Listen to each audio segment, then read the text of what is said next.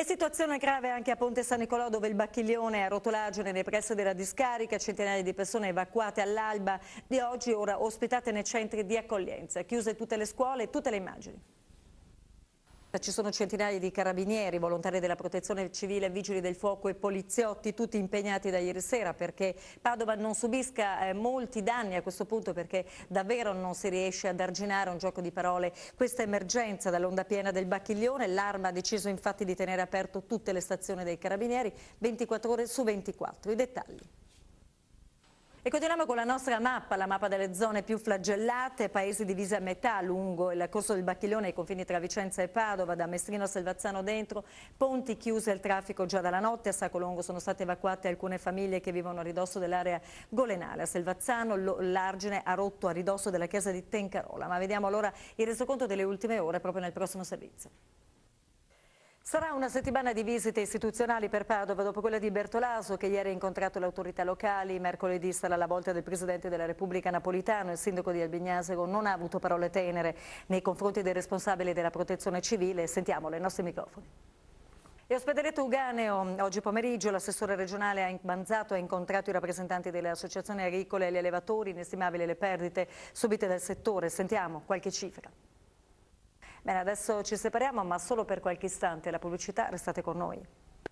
E con le previsioni del tempo si chiude anche la nostra edizione. Grazie per averci seguito e arrivederci, a domani. E ora parliamo dello stanziamento del governo per raddrizzare, almeno per cominciare a raddrizzare i paesi colpiti, 300 milioni di euro e sospensione delle rate dei mutui. Questo ha stanziato il governo come primo passo per coprire i pesanti danni, ma la gente è amareggiata e delusa per la mancata visita del Premier ai paesi duramente colpiti. Lo abbiamo visto in elicottero, hanno detto ma ieri era troppo tardi per capire che cosa è accaduto qui, allora vi abbiamo riportato proprio le voci. E tornano lentamente alla normalità i comuni colpiti, scuole riaperte dopo decisioni anche a Casalserugo, dove i bambini e le maestre hanno parlato dell'alluvione, delle paure, ma anche dei momenti più felici. E a proposito di momenti felici, c'è un bel fiocco azzurro che spicca in una delle quinte. Guardiamo e sentiamo cosa è successo.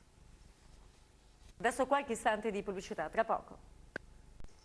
Eccoci di nuovo in studio, ma solo per salutarvi, vi ringrazio per l'attenzione e vi auguro naturalmente una buona serata. Arrivederci. Arrivano le notizie del dopo alluvione a Veggiano, i danni ammontano a 16 milioni di euro. Il ministro Sacconi ha detto che i sindaci padovani potranno spendere più di quanto previsto dal patto di stabilità. Il governo li risarcirà e stamattina la popolazione di Veggiano ha ricevuto un regalo davvero intelligente, un aiuto intelligente e commovente, frutto della solidarietà tra i comuni. Scopriamo di che cosa si tratta e anche che cosa ha detto il ministro. Con una brillante operazione della polizia sono accusati di aver compiuto una ventina di colpi ai danni di centri commerciali, laboratori orafi e bancomat. Eseguite 11 ordinanze di custodia cautelare tra Padova, Venezia e Treviso. Alcuni sono ex appartenenti alla Mala del Brenta. I dettagli. E ora un'informazione utile ai nostri telespettatori: a fine novembre anche il Veneto passa al digitale terrestre. La nuova tecnologia però coglie molti impreparati, in particolare gli anziani che si trovano a dover fare i conti con decoder e telecomando. In piazza Garibaldi, a Padova, in città, insomma uno stand della Diconsum ha cercato di fare luce proprio sulla novità. Ascoltiamo. È tutto per questo telegiornale, non c'è altro. Vi ringrazio per averci seguito fino a qui e naturalmente vi auguro una buona serata. A domani. E la Regione chiederà 54 milioni di euro al Ministero dell'Ambiente per costruire nuove opere idrauliche in Veneto. Si tratta di soldi in più rispetto agli stanziamenti del governo per l'emergenza. Intanto a Loreggia sta finendo l'incubo e il Muson dei Sassi avrà la sua prima cassa di laminazione. La Regione ha trovato i soldi per aprirla. Ascoltate. E ora qualche istante di pubblicità, tra poco con altre notizie. Lunedì speciale X News in diretta dalla Fiera di Vicenza, Veneto Italia, questo è il titolo dell'evento promosso da Antena 3 Nord-Est, Corriere della Sera, Corriere del Veneto e Nord-Est Europa. Guardiamo. E prima di chiudere un'occhiata alla programmazione di Antena 3 Nord-Est. A 25 anni dal primo trapianto di cuore in Italia, la nostra emittente ricorda le emozioni di una vicenda destinata a segnare una tappa epocale nella storia della medicina, con la donazione dell'organo dalla famiglia del trevigiano Francesco Busnello e il padovano Ilario Lazzari. Per questo domani sera alle 22 riproporremo il notiziario andato in onda proprio su Antena 3 la sera del 14 novembre 1985. Una riproposizione integrale di servizi, interviste e immagini dell'epoca. Non perdetelo. E adesso siamo veramente in chiusura di telegiornale. Io vi auguro un buon sabato sera e una buona domenica. Arrivederci e grazie a tutti per averci seguiti.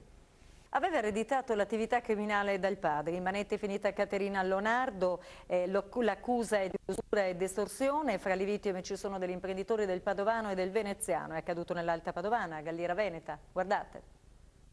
Ancora cronaca, stava guardando una partita di calcio in TV quando un uomo le ha sfondato la porta d'ingresso aggredendola. Lei ha risposto a morsi ferendo lo sconosciuto. Tutto questo è successo all'Arcella tra due nigeriani finiti all'ospedale. Ma sentiamo anche altre notizie da Padova e provincia.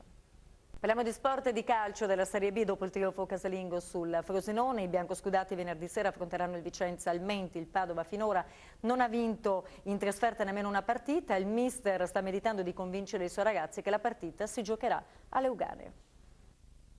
Siamo in chiusura di telegiornale, non ci sono aggiornamenti dell'ultimo momento. Vi ringrazio per essere stati con noi e naturalmente ci vediamo domani. Arrivederci.